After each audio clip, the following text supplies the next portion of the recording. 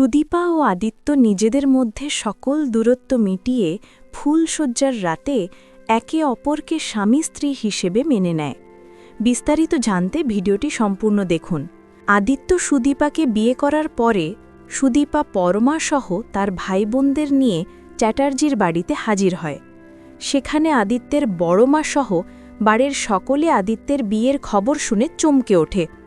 বড় মা এই বিয়েটা কোনোভাবেই মেনে নেন না। তিনি আদিত্য ও সুদীপার সামনে দাঁড়িয়ে সুদীপাকে নানা কথা দিয়ে অপমান করতে থাকেন। সুদীপা চুপচাপ সব কথা শুনতে থাকলে তখন আদিত্য উত্তর দিয়ে বলে ওঠে, বড়মা, এই বিয়ের পিছনে সুদীপার কোনো হাত নেই। আমি সুদীপাকে বিয়ে করতে চেয়েছি। তাছাড়াও সুদীপাকে সেখানে রেখে এসে তোমাদের জানাবার মতো সময়ও আমার ছিল না। বড় বিপদের কারণে আমাকে এই বিয়ে করতে হয়েছে। তার বাবাও কিছুদিন আগে মারা গেছেন। আর গ্রামের পরমাণিক আর কিছু বকাটে ছেলেরা সুদীপার ক্ষতি করার জন্য চেষ্টা করছিল। এজন্যই আমি বাধ্য হয়েছি তোমাদের কিছু না জানিয়ে এই বিয়েটা করতে। তুমি দয়া করে আমাকে ক্ষমা করে দাও।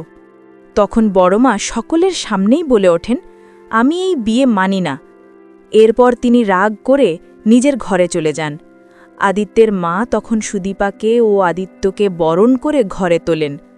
এরপর দেখা যায় সব নিয়ম আচার মেনে তাদের ফুলশয্যার আয়োজন করা হয়। আদিত্য ও সুদীপার ফুলশয্যার আয়োজন দেখে পরমা খুব কষ্ট পায়। পরে দেখা যায় সুদীপা ফুলশয্যার ঘরে বসে তার বাবার ছবি দেখে অঝরে কান্না করছে।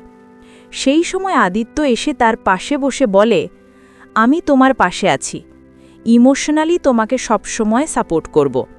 এই কথা শুনে কান্না করেই সুদীপা আদিত্যকে জড়িয়ে ধরে। আদিত্য তখন মনে মনে বলতে থাকে, আমি সুদীপাকে এভাবে ঠকাতে পারব না। তার হাজব্যান্ডের অধিকার থেকে তাকে আমি বঞ্চিত করতে পারব না।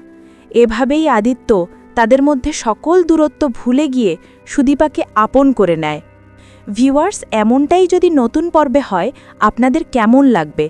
আপনাদের মতামত কমেন্টে জানাতে ভুলবেন না। ধন্যবাদ।